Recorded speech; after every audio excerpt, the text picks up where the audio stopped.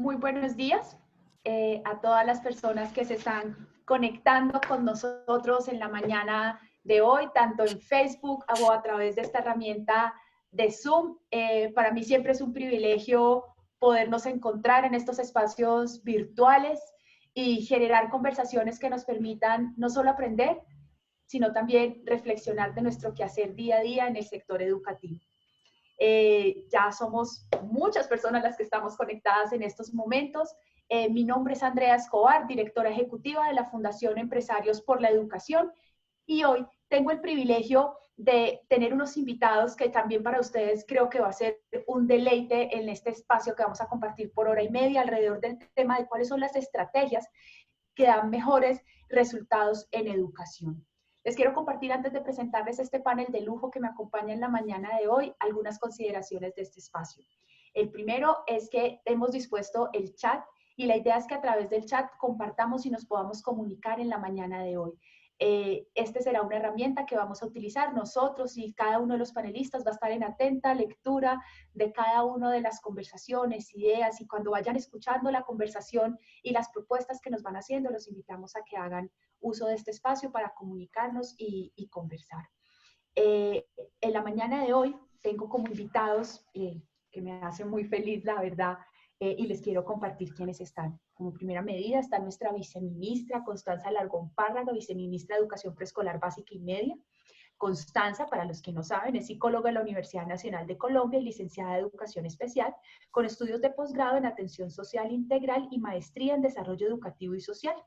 Constanza cuenta con una experiencia de 26 años en temas de infancia, desarrollo educativo y social, y ha sido consultora de la Red Distrital de Cooperación para el Desarrollo para el Programa de las Naciones Unidas para el Desarrollo, y se ha desempeñado en entidades del sector público como coordinadora de la Comisión Intersectorial de Primera Infancia de la Presidencia de la República y subdirectora de la Infancia en la Secretaría de Integración Social de Bogotá. Durante 16 años alternó la docencia universitaria con el desarrollo de proyectos de alto impacto en el sector rural del país. Muchísimas gracias, viceministra, por aceptar esta invitación en la mañana de hoy. Nuestro invitado internacional en este caso es el señor Ramón Flecha, catedrático de Sociología de la Universidad de Barcelona, doctor honoris causa por la Universidad de Timisoara. Dirigió el proyecto de investigación INCLUD-ED, financiado por el 6º Programa Marco de Investigación Europea, el cual identificó las actuaciones educativas de éxito, que será uno de nuestros temas de hoy, siendo el único proyecto de ciencias sociales y humanidades incluido en la lista de 10 investigaciones exitosas de la Comisión Europea. También Ramón Flecha dirigió el proyecto IMPACT-EB, financiado por el 7º Programa Marco Europeo, que desarrolló indicadores y estándares para evaluar el impacto social de las ciencias sociales. Actualmente encabeza el grupo de expertos en metodologías de evaluación de todas las ciencias del programa Horizonte 2020 de la Dirección de Evaluación e Investigación de la Comisión Europea. Es el creador del proyecto Comunidades de Aprendizaje y autor que conceptualizó el aprendizaje dialógico, tema también que seguramente abordaremos hoy. Su trabajo ha sido publicado en 12 idiomas y ha sido avalado por revistas científicas JCR como la Harvard Educational Review Nature, entre otras. Bienvenido, Ramón, gracias por aceptar esta invitación y también con estos desfases de horarios, pues es un placer tenerte con nosotros. Nos acompaña también como invitada internacional Karina Stokowaz, directora latinoamericana del Instituto Natura, organización del área de sustentabilidad de Natura Cosméticos. Estudió periodismo en la Universidad del Salvador y se especializó en comunicación corporativa en la Universidad Austral. Realizó un posgrado en Ambiente y Desarrollo Sustentable en la Universidad Católica de Argentina. Karina tuvo una extensa carrera en empresas y consultoras de primera línea en las áreas de asuntos públicos y responsabilidad social empresarial, vinculándose con compañías como Coca-Cola, Microsoft, Shell y McDonald's, entre otros. Bienvenida, Karina, gracias también para aceptar esta invitación. Bueno, y nuestra última invitada, esta representación de nuestros directivos, maestros y los que están aquí en este país trabajando por la educación día a día también, está Xiomara Torres. Xiomara es rectora de la institución educativa Consejo Municipal del municipio de La Ceja en Antioquia, desde donde ha impulsado acciones que han mejorado la convivencia y resultados académicos de los estudiantes. Es licenciada en Administración Educativa con más de 23 años de experiencia en el sector educativo y se ha desempeñado como docente y rectora de diferentes instituciones educativas públicas. Bienvenida, Xiomara, a este espacio y a este encuentro en la mañana de hoy. Gracias Aquí por también, invitarme. muchísimas gracias, Xiomara. Aquí también ya nos están saludando desde el chat a todos los que se están conectando y que nos están compartiendo sus saludos. Muy buenos días y gracias por conectarse. Entonces, como para las personas que se acaban de conectar tanto en Facebook como a través del Zoom, ¿cómo vamos a funcionar en este encuentro? La idea es que vamos a tener unas conversaciones e intervenciones donde vamos a escuchar a Ramón, a la viceministra y sobre todo vamos a también a permitir que Xiomara nos comparta su experiencia. En esa introducción que yo hacía de Ramón hablábamos de unas palabras claves, aprendizaje dialógico, esta es lo que significa las comunidades de aprendizaje y cómo son unas actuaciones educativas de éxito. Y esto es lo que vamos a develar, cómo podemos generar estrategias que nos permitan fortalecer el tejido social alrededor de la escuela, pero sobre todo, cuál es el valor de la familia, que nos permita también en este ecosistema de la escuela lograr que nuestros niños, niñas y jóvenes no deserten del sistema educativo y, como digo yo siempre, se cumpla la promesa de valor de la educación, y es que sea un vehículo de movilización social, de desarrollo personal y de avance en todas las dimensiones de la persona. Bienvenidos y bienvenidas una vez más. Ramón, te cedo la palabra para que sea la primera intervención en nuestro encuentro de la mañana de hoy. Bien, muchas gracias por la presentación y decirles que es un honor para mí, aparte de un placer, el poder compartir este acto sobre este tema tan importante a personas de tanta categoría como las que me acompañan aquí en esta mesa redonda y también las que están de público, tanto de público directamente aquí como a través de Facebook.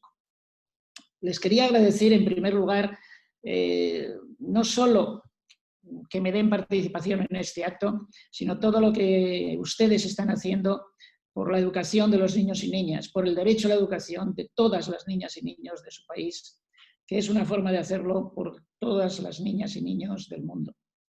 A partir de ahora voy a usar justo 15 minutos, ni uno más ni uno menos, para introducir una serie de puntos sobre los que espero que ustedes, el público, pues tengan a bien dar sus opiniones, sus preguntas para el debate posterior. Lo voy a centrar en 4 puntos. El primero va a ser evidencias científicas, el segundo el derecho a la educación, el tercero las actuaciones educativas de éxito y el cuarto pues la profesionalidad y la argumentación. Porque creo que en esos 4 sirven de guía para lo que es mi presentación sobre los hallazgos que en educación resultan más efectivos para el aprendizaje.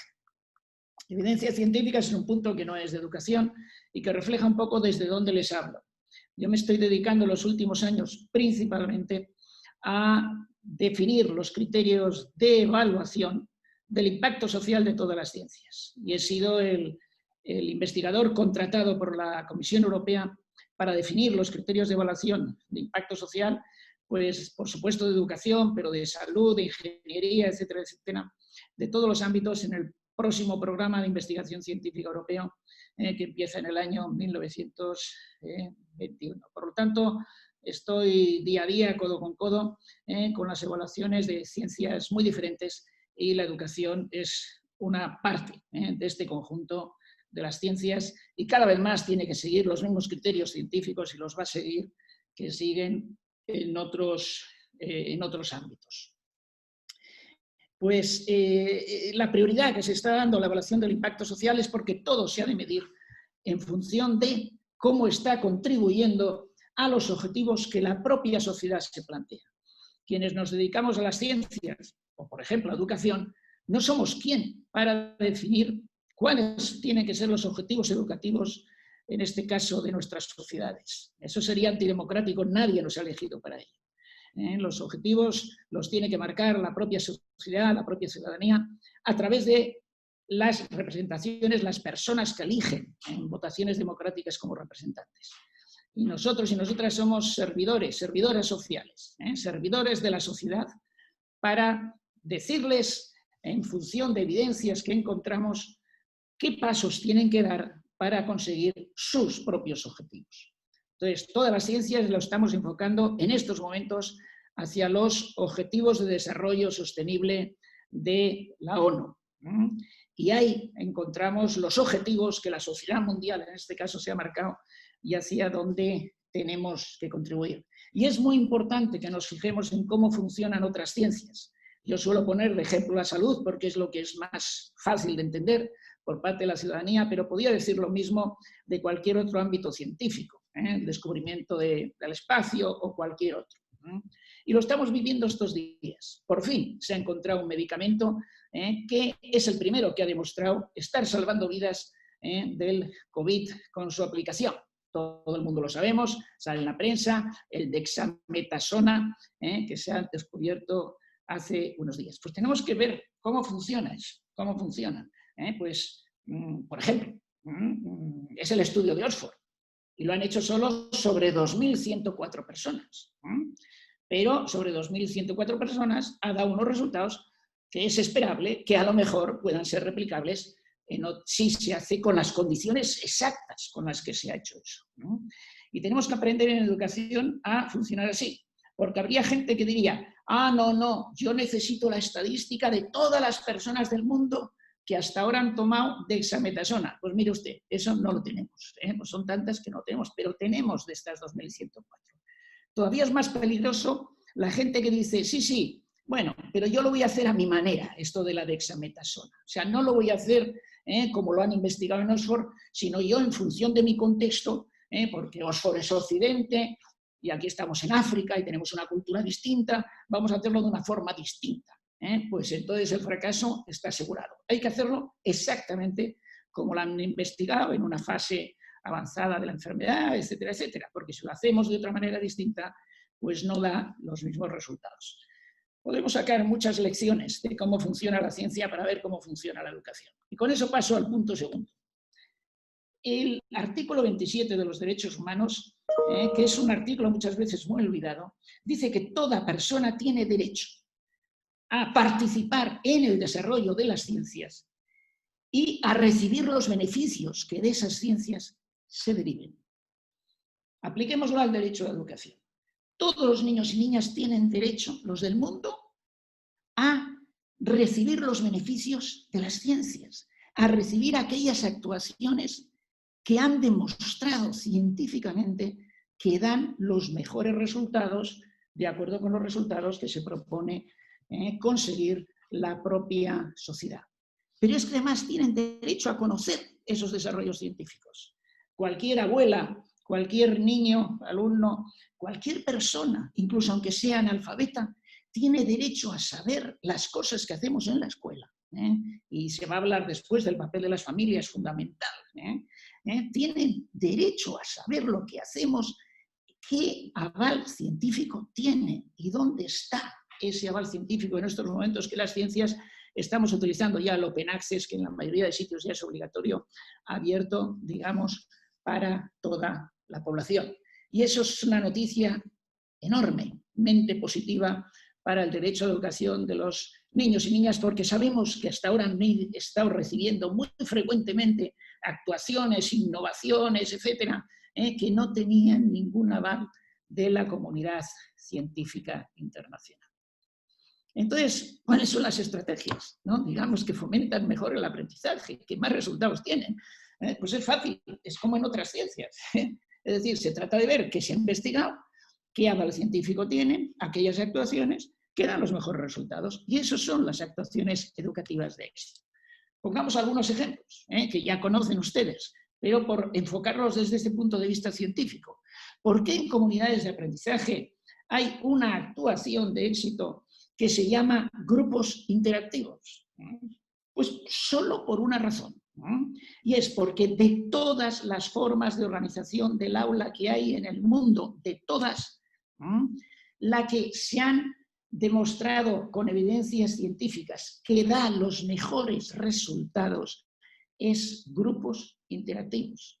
Es la única razón. ¿Y hasta cuándo va a estar en la lista de actuaciones educativas de éxito los grupos interactivos? Solo hasta el día en que se demuestre científicamente que una nueva forma de organización del aula da mejores resultados que grupos interactivos. Al día siguiente borraremos de comunidades de aprendizaje grupos interactivos de la lista y pondremos la nueva. ¿Por qué? Porque es nueva y hay que hacer innovaciones, no vamos a seguir como lo tradicional en absoluto. Los niños y niñas no son conejillos de indias, no tenemos que hacer aspiraciones. ¿Qué más da si es nueva o es antigua?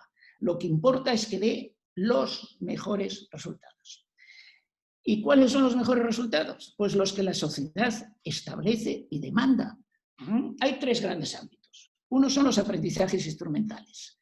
Pues que en matemáticas, en música, mejoren más que de cualquier otra forma de organización del aula. Otro ámbito son los valores, que de acuerdo con los valores que la sociedad marca, no sexismo, no racismo, solidaridad, etcétera, pues que también avancen más. Y otro ámbito son las emociones y algo mucho más importante que las emociones, que son los sentimientos, especialmente el sentimiento de amistad, pues que también fomenten eso. Entonces, ¿qué tenemos? Unas actuaciones de éxito para los aprendizajes instrumentales, otras para los valores, otras para las emociones y sentimientos, ni hablar.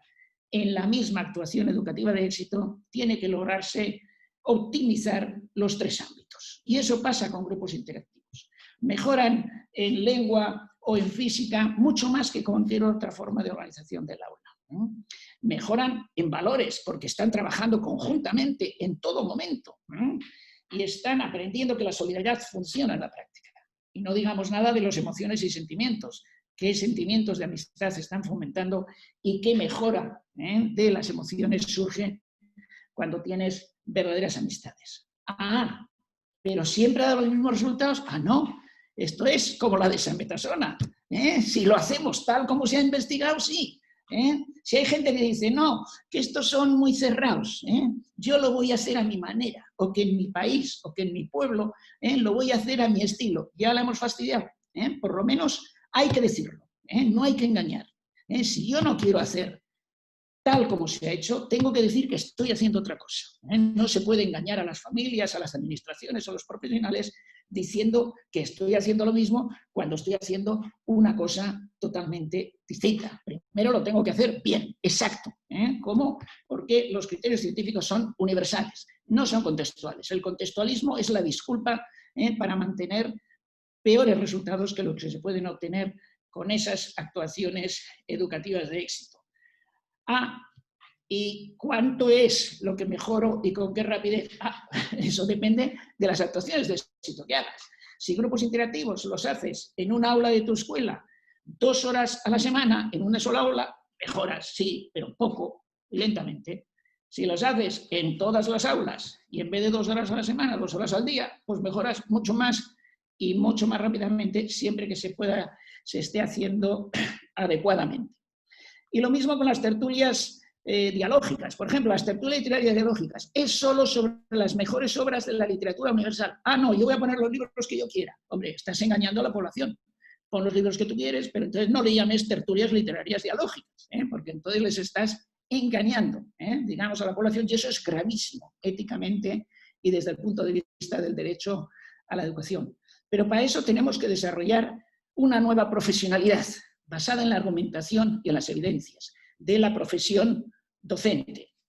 Miren, siento decirlo tan claro, pero no se nos ha preparado para ello. Es muy frecuente en muchos países, por ejemplo en el mío, pero en el de ustedes también, que personas que han terminado un grado en educación o un máster en educación o una tesis doctoral en educación, no sepan ni que existe la revista Cambridge Journal of Education. Se la han ocultado. Profesores y profesoras que se han entregado de por vida, que primero tuvieron 10 años de formación inicial, que luego han tenido 20 años de formación continua y ni saben que existe la revista Harvard Educational Review. Eso es vergonzoso. Eso nos desprestigia la educación en otras ciencias, pero muchísimo.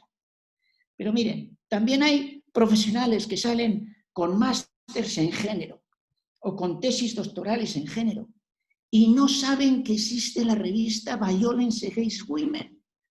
No tienen la culpa esas profesionales, tienen la culpa quienes han hecho esos procesos de formación. Eso es lo que no puede seguir pasando, porque es quitar el derecho a la ciencia y es quitar el derecho a la educación y a superar las desigualdades de género.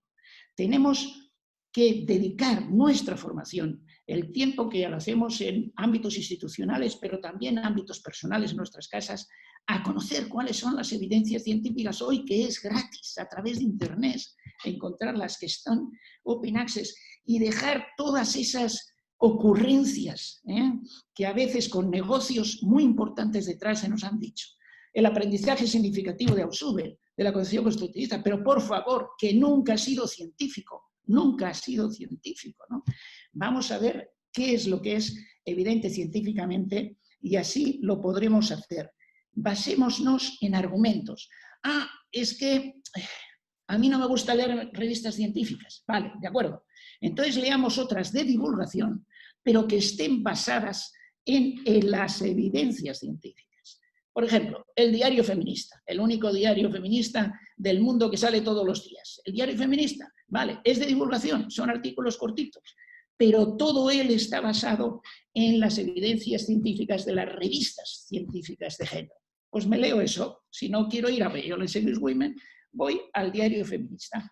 Pero no voy a hacer caso de lo que dicen los tertulianos en la televisión, tertulianas, o de lo que dice el periódico. Pero el periódico es muy importante en toda democracia, pero no tiene como función el distribuir la información científica sobre nuestras profesiones. Yo no llevaría a mis hijos a un médico que saque la información sobre los tratamientos del periódico o de las tertulias o de algún conferenciante que le ha caído bien o que es de su propia ideología, por favor.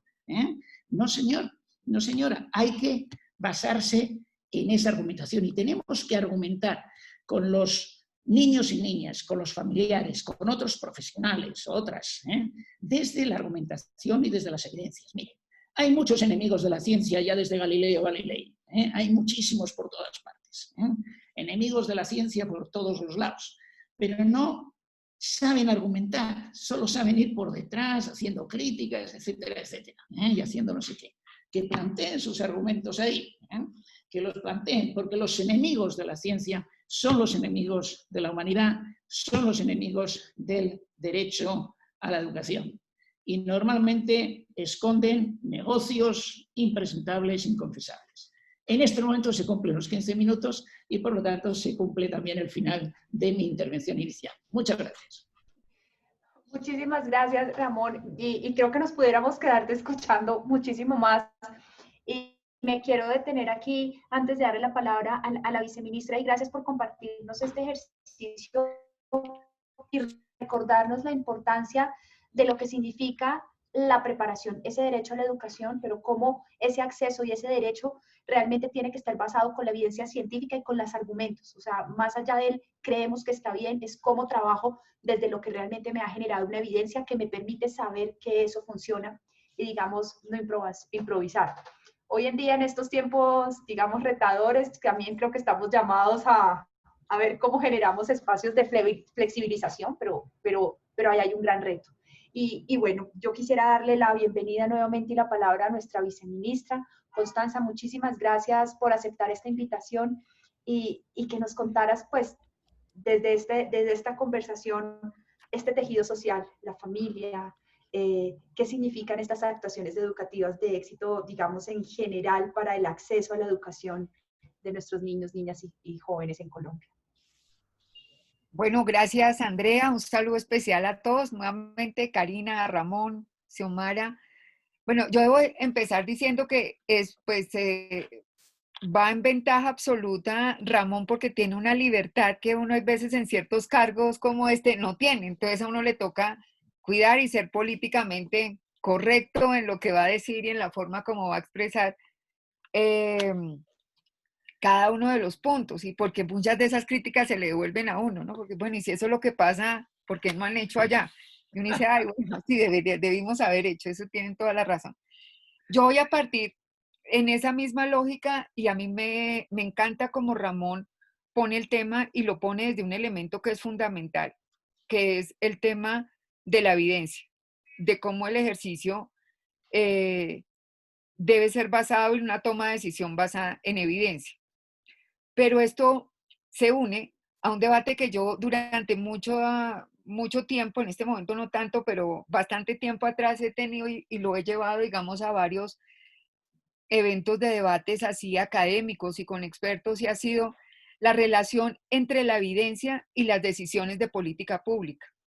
Porque claramente ahí hay una de esas tantas brechas que existen en educación, y yo, digamos, ahora mucho más cercana aquí a la gestión, digamos, de política pública en educación concretamente, eh, claramente la brecha existe. Ramón dice como con preocupación, ¿cómo es que no leen esto? ¿Cómo es que no consultan? ¿Cómo es? Pues así es, Ramón. Y evidentemente no solamente es así, sino que eh, quienes no consultan, digamos, en un momento determinado, yo particularmente voy a salir en una acción un poco explicativa del asunto, y es porque hay un tema de lenguaje, hay un tema de comunicación que tenemos entre todos que intentar cerrar brecha para poder garantizar que estas reflexiones y ese conocimiento que genera la política pública llegue realmente con tranquilidad, por decirlo de alguna manera, con facilidad a decisiones, la evidencia llegue a ser decisiones de política pública. Y sobre eso, entonces, pues me corresponde a mí, obviamente, por el rol que tengo en este momento y por el carácter o forma en que soy invitada a este encuentro, voy a compartir 4 elementos que fueron fundamentales, que tienen que ver con esa gran pregunta. Lo que pasa es que la pregunta, en esta ocasión, Andrea iba siendo un poco ambiciosa en la pregunta que nos hace ahí, ¿cuáles son las mejores estrategias, pues, para el aprendizaje? Y evidentemente son preguntas, pero 4 reflexiones que nosotros hicimos cuando estábamos definiendo el plan de desarrollo y que le pegan directamente a los procesos de aprendizaje y que tienen que ver con esa vinculación directa de familia para no perder el enfoque de lo que estamos hablando en este momento. La primera, un debate central y que estamos logrando posicionar de manera importante es el concepto de trayectoria educativa completa.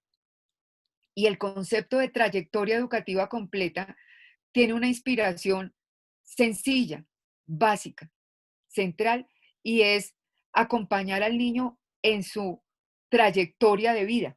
Cuando uno habla de la trayectoria educativa completa, no viene al punto, o sea, no es el ejercicio solamente de la combinación de estas palabras, sino qué implica, cuál es realmente la referencia que hay directamente a lo que se estaría esperando que pasara en el niño, y es el sentido, que es un segundo elemento, además del de trayectoria educativa completa. Ahorita desarrollo cada uno. El segundo debate que se da, que a mi criterio no es un debate, pero yo sé que hay mucha insistencia en que exista ese debate sobre el tema de la relación entre desarrollo y aprendizaje. Y evidentemente aquí hay un ejercicio fuerte de discusión, de postura y de orientación frente a los temas del sentido de lo educativo. El tercer elemento que a nosotros, digamos, lo trajimos y nos pareció que era fundamental ponerlo, estaba puesto directamente en la relación familia-escuela, en cómo superar la condición de el concepto y las prácticas asociadas a las escuelas de padres como medios informativos y de reporte, y hablar de, lo tenemos en la lógica de una alianza, digamos, pensando, y muy seguramente el concepto puede quedar corto, va mucho más allá en el ejercicio de la relación y la interacción entre familia-escuela. Y un cuarto elemento que a mí me pareció fundamental, además, Ramón, y me da tranquilidad para ponerlo, cuando nos decían, explique cuál es el concepto de calidad. Nos decían, el ejercicio es etéreo, no tiene sentido, no tiene fondo, no tiene explicación, porque la postura que hay en materia de calidad está puesta en una lógica de comprensión frente a las interacciones. Es el cuarto elemento, y ese ejercicio, pues, ante alguna academia fuerte, digámoslo así, se torna débil, se torna blandito, se torna como que no tiene fortaleza, y la evidencia muestra que es donde está puesto gran parte, si se quiere, a algunos no nos gusta, pero lo decimos así, efectividad en el proceso educativo y efectividad en el proceso de aprendizaje de los niños. Entonces, en esos 4 elementos rápido sobre cada uno. El primero, el de trayectoria educativa completa. Ese ejercicio parte de entender que el sentido del proceso educativo, o mejor, las dificultades que tiene el sistema educativo, primero parten de un ejercicio donde no se concibe ni se comprende como sistema. Entonces hay una desarticulación entre cada uno de los momentos del proceso educativo. Y ahí tiene que ver, juega un papel fundamental el sentido de la educación. Y ahí vino un debate grande alrededor de retomar los planteamientos que internacionalmente ya están dados. Ramón hablaba de los ODS y evidentemente me parece que hay una orientación central. Los grandes acuerdos mundiales en torno a la educación hablan del desarrollo humano y hablan de la garantía y de las generar condiciones para poder propender por el desarrollo de las personas. Y entonces cuando uno habla, uno dice, esto va acompañando todo el ciclo de vida, va acompañando todo el proceso y entonces vienen los énfasis que hay que tomar, pero las articulaciones que hay que hacer para hacer un acompañamiento contrario al que siempre se ha pensado y es cómo adaptar, eh, cómo hacemos para que el niño se adapte al sistema educativo. Y la pregunta es la otra, ¿cómo hacemos para que un sistema educativo realmente responda a las particularidades y al proceso de desarrollo de un niño? Entonces, nosotros incluimos ahí de manera estructural conceptos que van o apuestas de política que van desde el desarrollo integral a primera infancia, y evidentemente sobre esto parte ahí, ya de entrada hay una transgresión al tema educativo.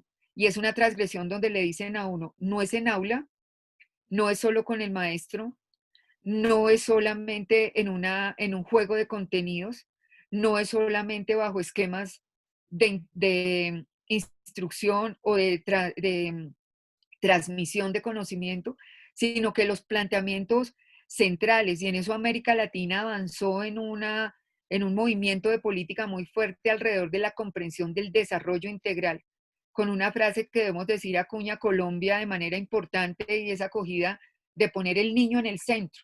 Cuando dice ponemos el niño en el centro del proceso educativo, empezamos a entender que la articulación de los actores no solamente es deseable, sino que es determinante para ese desarrollo integral. Cuando uno habla del ejercicio, evidentemente dice, perfecto, aquí jugamos actores como la sociedad, pero juega la familia de manera decisiva y empieza la relación con lo educativo. Cuando el niño llega a un proceso de preescolar, trae ya un bagaje muy importante que ha puesto la familia y que está dado principalmente por relaciones, por interacciones, por la calidad de la interacción de estos vínculos que establece el niño con más fuerza en sus primeros años de vida.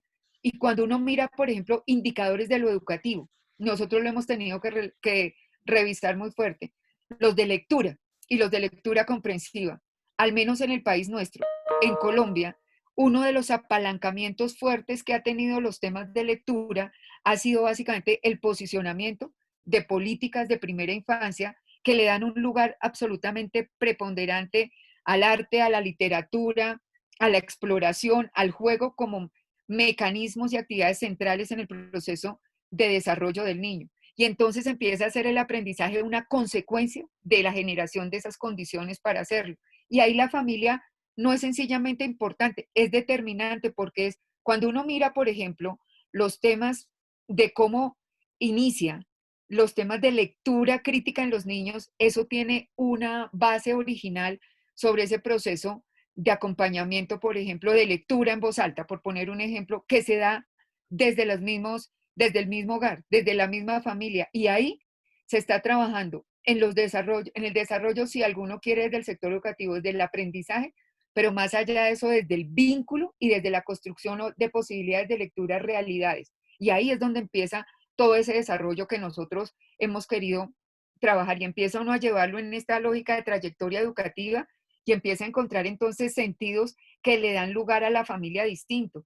Y es, nace en el proceso una educación desde un concepto más sociológico, desde la familia, y empezamos a adaptar el sistema para que responda al proceso de desarrollo del niño. Y eso hace respetuoso los estilos de aprendizaje y el proceso propio y particular de desarrollo que está determinado por variables sociales, culturales, históricas, lingüísticas, en un caso como nuestro tan particular como el de Colombia, históricas, también por toda la particularidad, digamos, que ha tenido el desarrollo, digamos, en Colombia concretamente. Entonces fue un concepto muy estudiado, debatido y que logramos posicionar de manera importante en el plan de desarrollo. ¿Y qué es lo que nosotros tenemos como estrategia para cerrar brechas relacionadas con deserción escolar? Si nosotros hacemos seguimiento en traza, posibilidades de niño a niño, en seguimiento, los niveles de deserción escolar, porque hay un acompañamiento directo, se van a empezar a disminuir y ya hay ejercicios que muestran claramente cómo a través de procesos tan direccionados, tan documentados, se puede mejorar indicadores de política pública. El segundo punto que yo decía es en esta misma lógica la relación entre desarrollo y aprendizaje.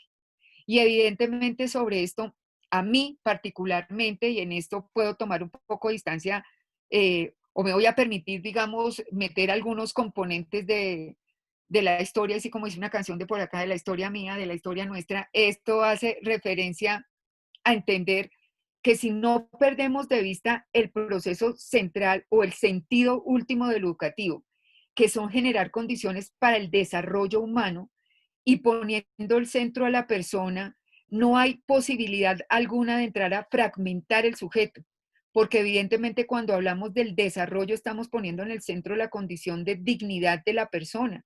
Y aquí entran las condiciones de la salvaguarda de los derechos, la prioridad de los derechos de los niños, la protección integral como paradigma fundamental y el desarrollo como posibilidad intencionada básicamente para ganar en construcción de sociedad. Esto no son indicadores solamente individuales, hace parte de un proceso de comprensión y de avances sociales. Si logramos generar condiciones y capacidades para que una persona con coherencia pueda construir proyectos de vida autónomos, autodeterminados, coherentes con los principios y valores de una sociedad, claro que el mecanismo fácil, el sencillo, el directo que se genera es el de aprendizaje. ¿Qué es lo que hemos desarrollado en la persona? Capacidad para aprender, para transformar, para comprender, para adaptar, para proponer. Y eso es aprender. Yo lo que siento es que hay veces hemos entrado por otro lado. Hemos entrado es intentando llegar por el aprendizaje pensando que se genera desarrollo.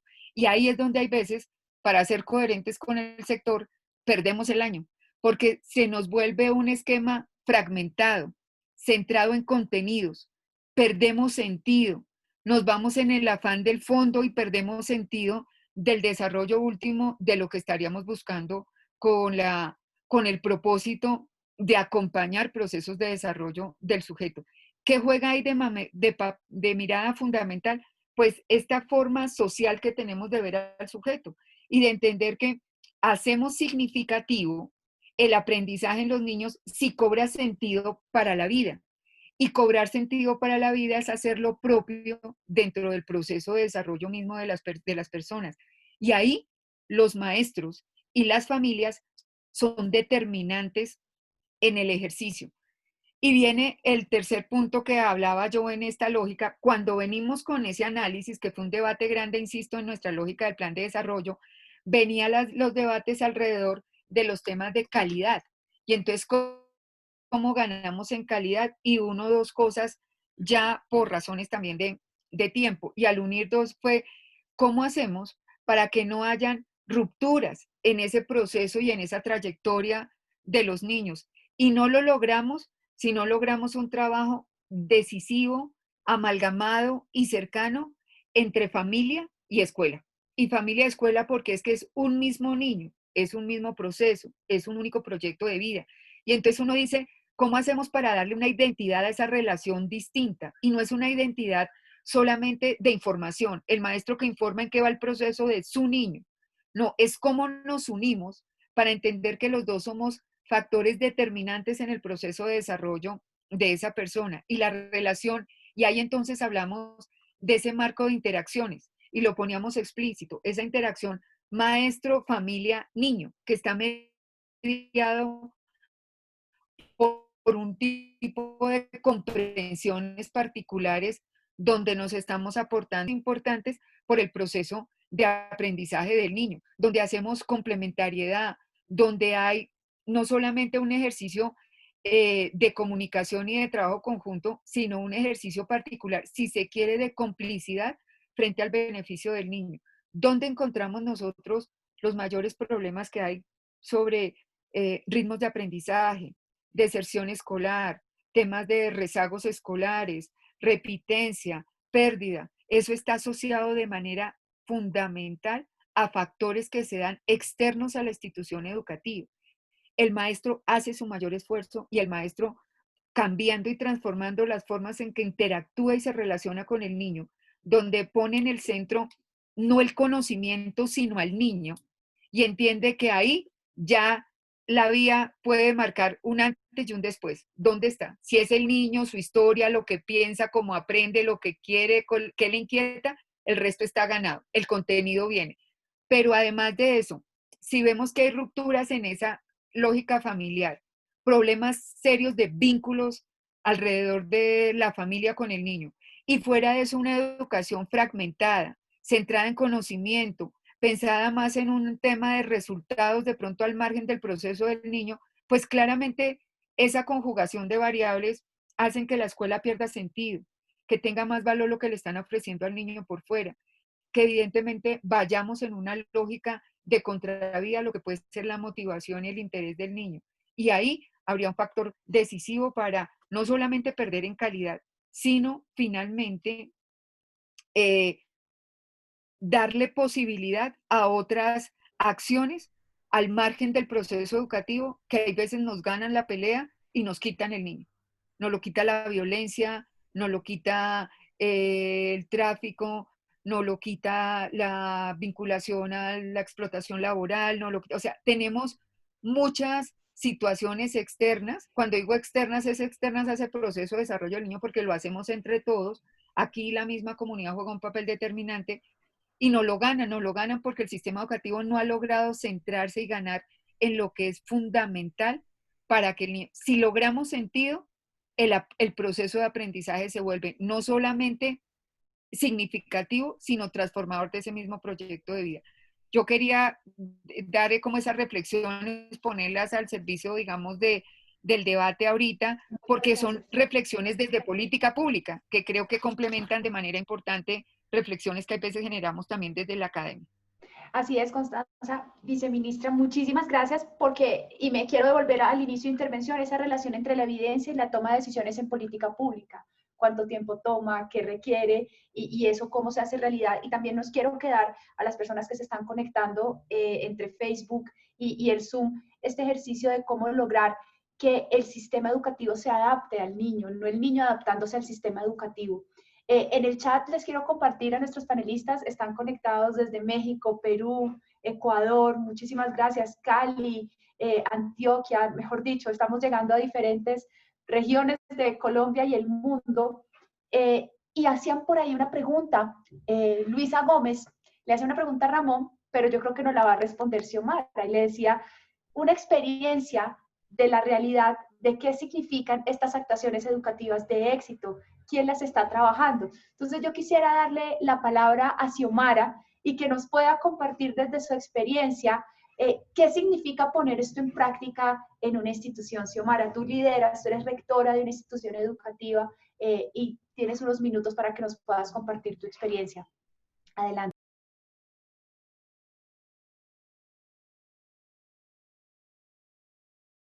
Tienes el micrófono apagado.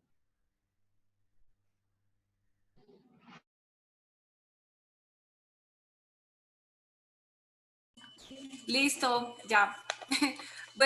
Buenos días.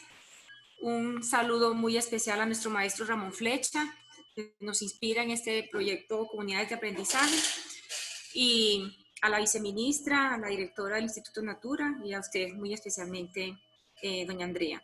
La institución educativa Consejo Municipal, con su sede en La Milagrosa, está realizando el proyecto Comunidades de Aprendizaje hace 3 años y medio. y muestra un progreso significativo en la convivencia y el aprendizaje. Aunque todavía estamos en ese proceso de instalar los principios del aprendizaje dialógico en los diferentes procesos que se realizan en la institución educativa, ¿sí?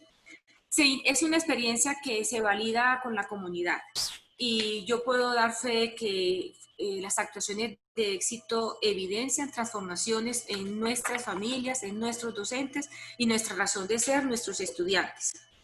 Se inicia todo este proceso con un acuerdo de voluntades, una jornada de sueños que involucra a los actores, a todos los actores de la comunidad educativa, y de ahí pasan entonces a soñar cómo queremos esa escuela, una escuela más participativa, una escuela más, desean los estudiantes en su momento más relajada, donde seamos felices, donde aprendamos, donde juguemos, donde nos respeten, y efectivamente esto es lo que se da con las actuaciones educativas de éxito, ¿sí? Comenzamos con las tertulias literarias dialógicas, luego con los grupos interactivos, y en los grupos interactivos donde se fluyen los principios del aprendizaje dialógico. Porque realmente, como lo decía nuestro maestro Ramón Flecha, ahí la verdadera inclusión, está el trabajo solidario, el apoyo mutuo, el respeto por las diferencias en ese interior de grupo y de aula. Se han realizado varias actuaciones de éxito, los grupos interactivos, el modelo dialógico para la resolución de conflicto, y ahorita en los indicadores ustedes van a mirar cómo ha bajado el conflicto y cómo las relaciones entre los estudiantes han mejorado, ¿sí? Las comisiones mixtas, la oportunidad que tienen, especialmente los padres de familia, en participar en la gestión escolar, en la toma de decisiones y en los diferentes procesos de la institución. Como también una muy poderosa es la posibilidad que nos da de la formación pedagógica docente, porque en el transitar por este accionar pedagógico no le sacamos tiempo a esta formación y la reflexión pedagógica para que realmente valoremos que el centro de todo este proceso es los niños y los jóvenes. Se han logrado mejores ambientes de aprendizaje, espacios físicos más favorables, por lo tanto ese aprendizaje fluye más y la convivencia es mejor. También las interacciones que se han dado entre padres de familia, docentes, estudiantes, ha mejorado la posibilidad de que los estudiantes desarrollen más habilidades y más capacidades para su aprendizaje y también para el manejo del conflicto. Yo quise también como mirar mi participación desde tres estamentos, las familias, porque como hablaba la viceministra, ha sido un gran reto la participación de las familias en los procesos escolares, ¿sí? En todas las instituciones del mundo, creo. Nosotros en este colegio tenemos un lema que es Alianzas para la Crianza, unidos para lograr los propósitos de formación, porque consideramos que es muy importante el rol de las familias en esto tenemos que estar unidos para lograr que nuestros niños se desarrollen de manera integral. Entonces vemos en las presentaciones que tenemos ahí, las transformaciones en las familias, cómo el número de familias considera que ha fortalecido esas relaciones con otras personas de la comunidad educativa, cómo también estas familias consideran que ha fortalecido esas relaciones de familia a partir del diálogo igualitario. Pasó de un 41% a un 77%, ¿sí? Cómo también esa proporción de encuentros en la gestión escolar, la familia en las diferentes comisiones y estamentos que tiene el colegio puede opinar, participa en la toma de decisiones y definitivamente es más activa y motiva al estudiante, porque al ver a sus papás participando en los procesos escolares se anima a nuestros estudiantes. Ahí vemos cómo se aumentó del año 2017 al 18 en un 55%. El otro estamento que toma entonces los estudiantes, y si consideramos del 2015 a 2018, vemos cómo, bueno, la población ha aumentado, ¿no? Por un lado, y por otro lado ha bajado la deserción prácticamente en un 50%. También ha bajado significativamente para nosotros la reprobación escolar en la básica primaria, ¿sí? Y ver los indicadores ahí de un 34 estudiantes a 15 estudiantes.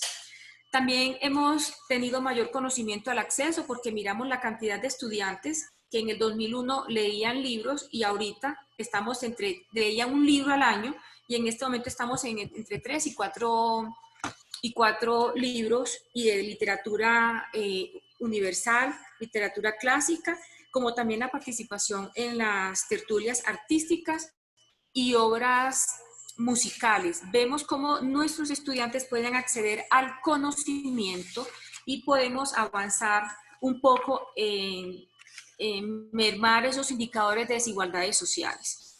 También la dotación de libros de literatura clásica, que se inició en la sede de La Milagrosa con una donación que nos hizo el Instituto Natura, y de ahí la institución hizo su gestión para seguir dotando a la institución para que nuestros estudiantes tengan más contacto con la literatura clásica. También las relaciones dialógicas de aula.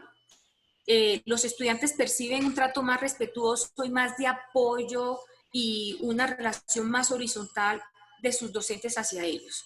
Ahí pueden ver el indicador cómo subió del 62% al 95%.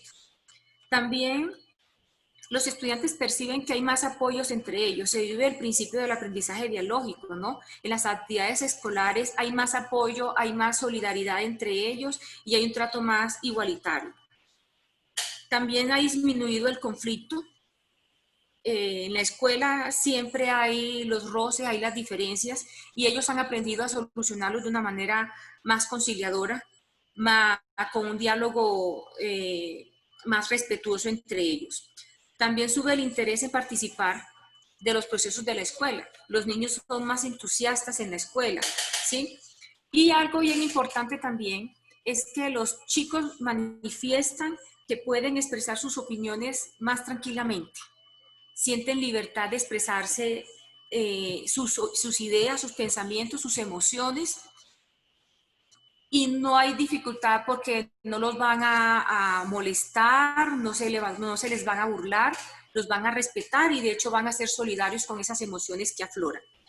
Con los docentes vemos el porcentaje de encuentros basados en diálogos de teorías e investigaciones, o sea, la formación docente como tal ha aumentado en un 40% en estos 3 años. Hacemos tertulias pedagógicas dialógicas con los docentes, normalmente las tenemos programadas cada 15 días. Con todo esto de la pandemia, pues no estábamos como un poquito, digamos que perdidos en esta situación de pandemia, pero ya nos estamos recuperando un poquito en el ánimo, porque es una experiencia de aprendizaje nueva para todos y de llamarnos a la reflexión, porque definitivamente hay que hacer cambios importantes en la escuela, en la forma de llegar a nuestros estudiantes y a nuestras comunidades. Ya realizamos una primera tertulia pedagógica con nuestros docentes, y la propuesta es no solo hacerlo con los docentes de La Milagrosa, sino también traerla a la sede 1 del Consejo Municipal. No sé si contesté un poco. Perfecto.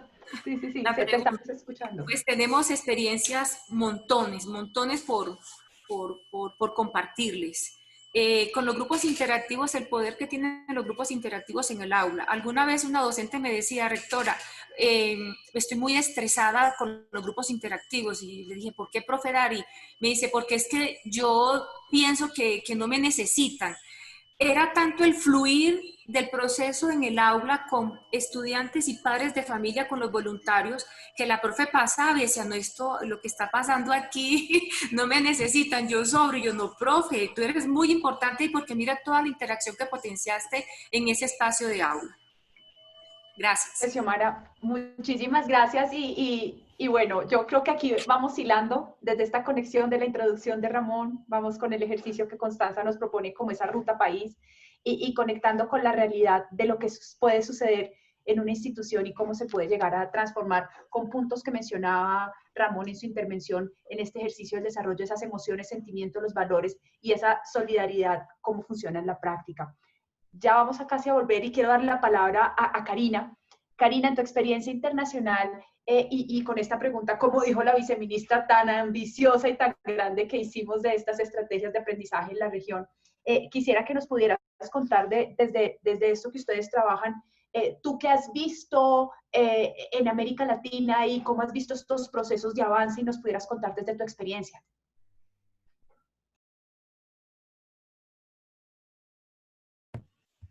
Muchísimas gracias, Andrea. Un placer compartir este espacio con los panelistas y con todos ustedes. Entonces, quiero contarles que desde Instituto Natura estamos acompañando el desarrollo del proyecto de comunidades de aprendizaje en Latinoamérica desde hace por lo menos 5 años, 5 o 6 años. Esto empezó habiendo conocido a nuestro querido Ramón Flecha y habiendo conocido toda la experiencia que desde el CREA pudieron sistematizar e investigar, y teniendo a Natura como en nuestras espaldas y un negocio desarrollado en Latinoamérica, dijimos, esto nos gustaría que llegue a las escuelas y a los niños y las niñas de nuestro continente. Así es a donde empieza esta relación que tenemos desde ya hace años con comunidades de aprendizaje. Quiero contarles que hoy en Latinoamérica hay alrededor de 9.000 escuelas que están involucradas en el proyecto de comunidades de aprendizaje de alguna manera. ¿Qué vemos en estas 9.000 escuelas?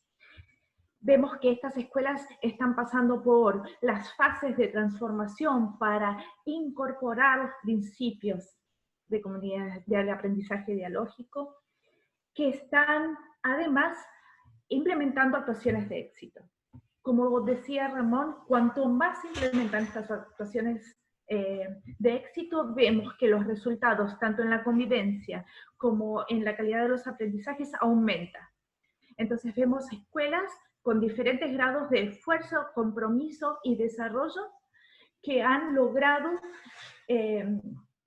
mostrar que los cambios se producen. ¿Cuáles son los principales cambios que vemos que se producen? Tienen que ver con, como ya lo han dicho otros en esta conversación, en las interacciones. El diálogo igualitario cambia las interacciones entre los niños y las niñas, entre los jóvenes, entre jóvenes y alumnos y sus maestros, entre los directivos, entre los docentes y con las familias. Entonces, es algo muy cualitativo. La calidad de ese diálogo es radicalmente diferente. Quizás estos testimonios que nos trae Xiomara dan cuenta de esto, ¿no? En donde la relación de colaboración con principios de solidaridad y de respeto por la diversidad son muy diferentes lo que vemos en las escuelas que están haciendo actuaciones de éxito. ¿Qué fue fundamental desde el punto de vista del Instituto Natura como organización que busca promover y difundir los principios de comunidades de aprendizaje en las escuelas de Latinoamérica? Empezamos trabajando muy de cerca con una red de actores como Empresarios por la Educación y otras organizaciones de los diferentes países. ¿Para qué? Para formar a personas en las bases científicas que creemos clave. Pusimos mucho foco en esta formación. ¿Para qué? Para que no se pierda esa esencia, para que no se pierda de ninguna manera todo el trabajo que se viene realizando en la sistematización de entender las evidencias y poder compartir las evidencias con directores, profesores, gestores públicos de Latinoamérica.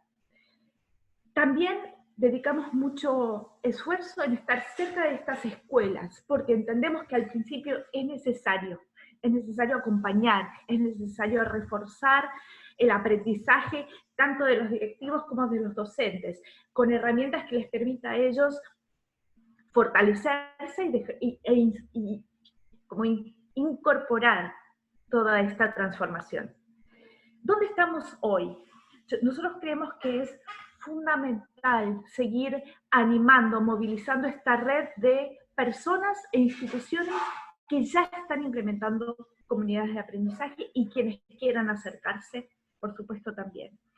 Creemos que hay un punto muy importante que podemos seguir desarrollando que tiene que ver con la vinculación con políticas públicas, ¿no? Con esto que traía Constanza de cómo se hablan o cómo dialogan las decisiones de política pública con la evidencia científica. Y acá creemos que comunidades trae algo que es muy fundamental, que es que trae la forma de hacer lo que muchas veces la política pública dice que quiere lograr. Entonces, da herramientas concretas y probadas de lo que se puede realizar, implementar a nivel de escuela y a nivel de aula. Eso es un valor muy importante para no desperdiciar de alguna manera esfuerzos en cosas que no pueden llevarnos a los resultados. Entonces yo creo que nuestro foco hoy está en seguir formando, en seguir movilizando a la red de personas y organizaciones involucradas que están comprometidas y que quieren seguir aprendiendo sobre comunidades, y en cómo apoyar a los gestores públicos a tomar las experiencias de comunidades de aprendizaje y llevarlas a ciertos niveles de universalización. Por ejemplo, como pasó en algunos municipios, en algunas provincias, en donde determinadas actuaciones pueden volverse casi universales, ¿no? Con apoyo de los gestores públicos. Entonces, un poco ese es el trabajo que estamos haciendo. Esta es la manera que queremos seguir vinculados a comunidades de aprendizaje y a todos los que están trabajando con el programa. Muchísimas gracias, Karina, y muy importante esto que mencionas, y es ser gestor, cuando se logra facilitar para poder que esto siga avanzando, evolucionando, y como decía Ramón en su intervención inicial, no desde la improvisación, sino siguiendo realmente este ejercicio. Ramón, quisiera regresar a ti. Te he visto, mientras en cada una de las intervenciones, asentar cabeza y tomar atenta nota. Exacto. Me gustaría mucho, y aquí me voy a salir del guión contigo, porque tu intervención fuiste muy claros de las preguntas que habíamos como acordado en esta conversación de hoy. Quisiera escuchar tu impresión de las intervenciones y qué percepción tú te estás creando y generando, tanto de Xiomara, de los que nos comparte, y esta visión desde la política pública de Colombia a partir de lo que pueden significar unas actuaciones educativas de éxito que transformen el sistema educativo y que permitan que este estudiante, este niño, niña y joven se desarrolle en el sistema. Tienes el micrófono apagado, Ramón. Gracias. Un poco antes he dicho que he elaborado y he sido contratado para los criterios de impacto social. No he dicho que también para los de impacto político, pero también he desarrollado un poco esos criterios, ¿no? Y entonces, de esta súper interesante conversación en todas las intervenciones, pues tenemos un ejemplo de ello, ¿no? En mi opinión, la que tiene que decir cuáles son los objetivos es Constanza, y lo ha dicho, porque es la única que pertenece a un gobierno que ha sido elegido, ¿no? Los demás estamos para servir a esos, digamos, a esos objetivos, ¿no? Y ha insistido mucho Constanza en el papel de las interacciones y por lo tanto de la familia, y por lo tanto que no es solo el aula, y por lo tanto ha dicho que hay que articular, digamos, los actores, ¿no? Para conseguir esos resultados. Ahí el CREA y la ciencia no tenemos nada que decir, tenemos que tomarlo como un dato, y eso sí, ahí viene nuestro papel. Nuestro papel es decir lo que acaba de expresar Karina, eso cómo se hace, o sea, cómo se hace para que realmente se avance hacia esos objetivos que en este caso nos marcan las políticas públicas. Bueno, hemos tenido un ejemplo en Xiomara, ¿no? O sea, Xiomara nos ha explicado cómo se hace todo lo que Constanza ha planteado como política pública, ¿no? Porque Xiomara ha recogido las evidencias científicas y las ha aplicado de una forma, digamos, excelente, ¿no? Precisamente el nombre de comunidades de aprendizaje es lo que tanto Constanza como Xiomara, como Karina, como Andrea habéis dicho. Es decir, el nombre es solo que la escuela no se queda corta. Hay que articular todos los actores de la comunidad y con un papel extraordinario de las familias para lograr, digamos, esos resultados. Y la vocación de comunidades de aprendizaje es desaparecer, porque comunidades de aprendizaje solo está haciendo lo que van a hacer todas las escuelas del mundo, que es simplemente aplicar lo que las evidencias científicas dicen desde las políticas públicas que establezca cada sociedad y un poco cada gobierno. La parte de familias que ha insistido Constanza, sabéis que es fundamental en comunidades de aprendizaje hasta el punto de que están dentro de las aulas, en grupos interactivos, y las aulas fuera de ellas. En esta pandemia ha habido comunidades de aprendizaje que han hecho maravillas, maravillas. No voy a decir los nombres, o os puedo decir, pero por no alargarme. Por ejemplo, que lo primero que han hecho es conectar a todos los niños y niñas y sus familiares para que sigan la comunidad funcionando. Y han, por ejemplo, algunas comunidades de aprendizaje han cogido incluso el material informático del centro y con un contrato con las familias lo han cedido durante el tiempo de pandemia a quienes no tenían posibilidades de conexión con Internet. Han recogido dinero para establecer que todos los niños y niñas estén conectados y conectadas. ¿Por qué? Porque si hay unos cuantos que no están, que están excluidos de la conexión, están perjudicándose, pero también nos están perjudicando a los demás, porque no tenemos la riqueza de las interacciones con ellos y ellas, ¿no? Y a partir de ahí están haciendo tertulias musicales online, están haciendo grupos interactivos confinados, por ejemplo, un programa que se llama En tu casa o en la mía, lo hacemos los grupos interactivos de tal, todos los días. Otro programa que se dice Remando unidos para mantener vivos los 7 principios del aprendizaje dialógico, y lo están haciendo día a día, están conectados y conectadas. Tertulias literarias dialógicas en tiempo de confinamiento. Tertulias científicas sobre el COVID-19, porque muchas familias quieren saber, y en base a evidencias, y no a la cantidad de fakes que dan los medios de comunicación sobre el tema.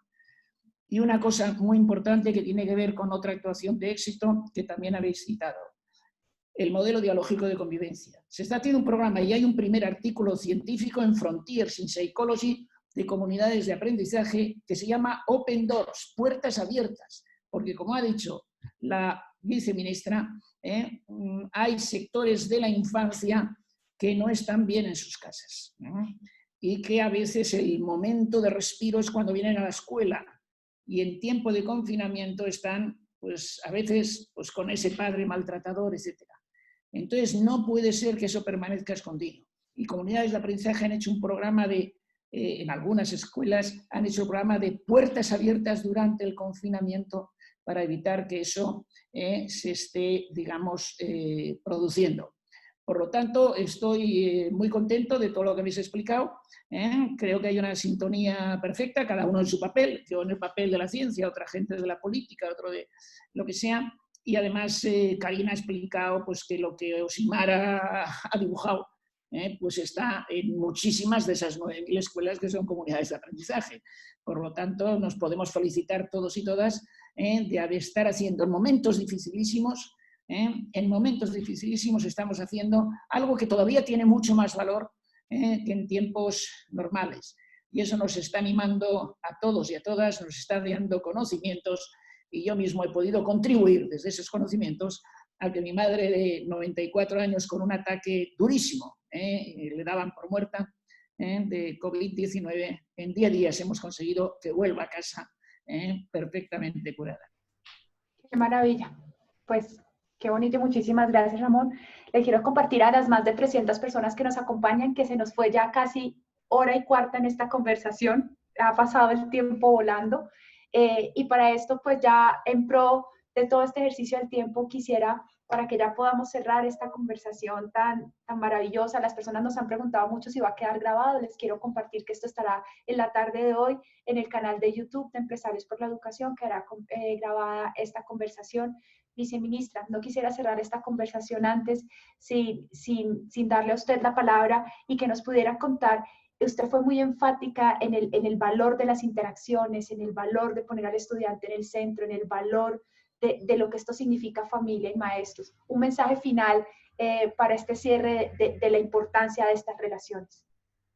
Gracias, gracias, Andrea. Pues yo me voy a permitir, siempre una maravilla escuchar primero a Ramón porque él me da permisos. Entonces el permiso que me da ahorita es hablar de la situación actual y es imposible no hacer referencia a cómo potenciamos ahorita el tema de la relación, de esto que estamos hablando, de cómo estas interacciones y estas relaciones familia, escuela, pero principalmente familia, aprendizaje de los niños, pues tienen y cobran vida en este momento y en el marco de la pandemia. Y para nosotros no es un tema coyuntural.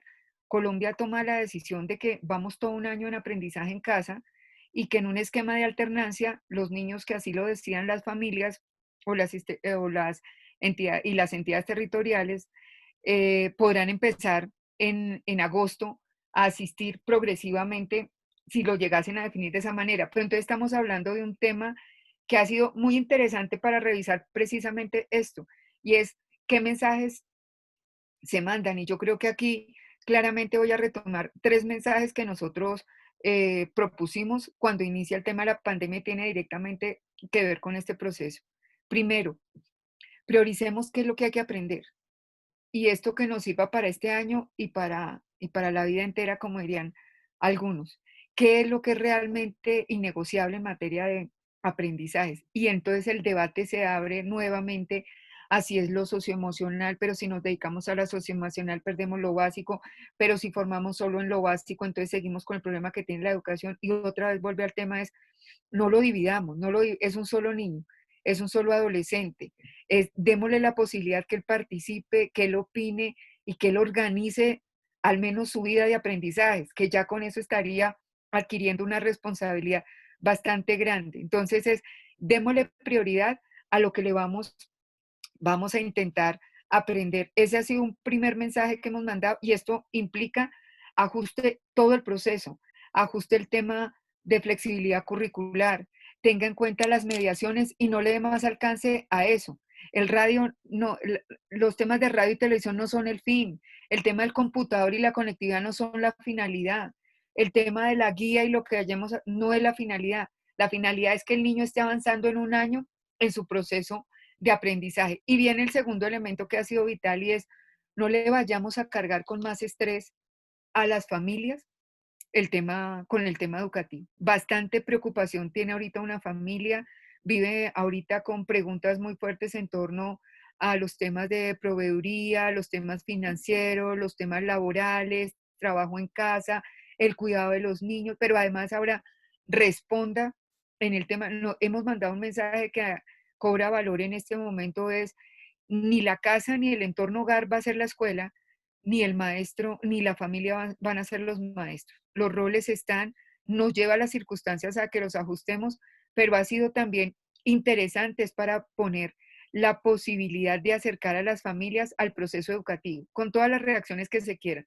Hay furia, hay molestia, hay sobrecarga, pero también aprendieron a decir que quieren más al maestro, que lo valoran, que conocen más a su niño, y es la oportunidad valiosísima para mirar este tema y el potencial que tenemos al darle un lugar distinto a la familia en el proceso educativo del niño. Ese ha sido un segundo mensaje. Y el tercer mensaje es, finalmente, quienes han estado todo el tiempo acompañando el proceso de cuidado, de crianza, de educación de los niños, pues ha sido la familia en sus condiciones, digamos, y en sus conformaciones particulares que tengan. Ellos deben seguir ellos siguen con ese rol. Ellos lo que sí están esperando del sector educativo es una lectura que nosotros hacemos, es una posibilidad también para poder saber cómo cualifica su participación. Y ahí hay preguntas que el sector educativo tiene que tener la posibilidad de responder. Esto no es solamente el llamado a que se tenga paciencia, a que venga y acompañe, a que traigamos, pues, no, aquí el sector educativo tiene que hacer un esfuerzo grande porque también entran a ser parte de ese proceso de aprendizaje directo del niño.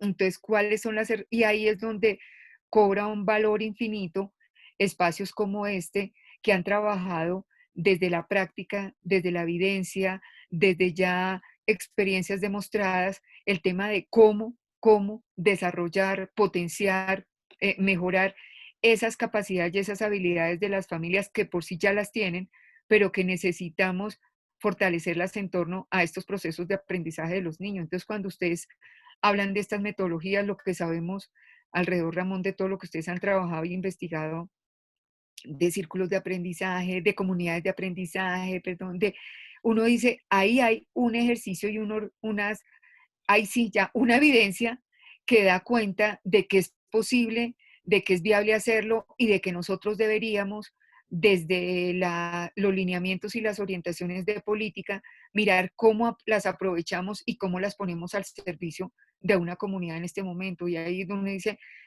al menos para nosotros la pandemia, que nos ha triplicado obviamente las jornadas de trabajo, esto ha sido un tema de un esfuerzo muy grande, todo el mundo pues encima por las decisiones que se han tenido que tomar y demás, y que se han venido tomando, pero ha sido la oportunidad más hermosa para volver a rescatar los debates centrales de lo educativo.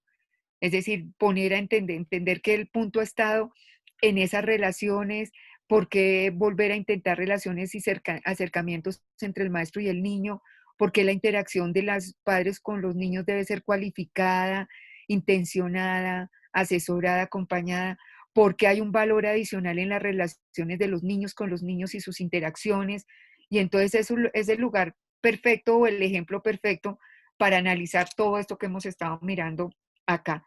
Yo quiero con eso cerrar, además de agradecer, porque verdad que para nosotros valioso, pero además muy ilustrativo y motivador el escuchar toda la implementación y el ejercicio aplicado que se ha hecho desde diferentes instancias. Muchísimas gracias, Constanza. Y yo les quiero compartir, hace pocos días tuve la fortuna de estar en un espacio como este, pero con directivos docentes de diferentes regiones de Colombia también. Y quiero leerles una frase de Gerson, un coordinador que decía, desde mi casa, mi escuela está abierta.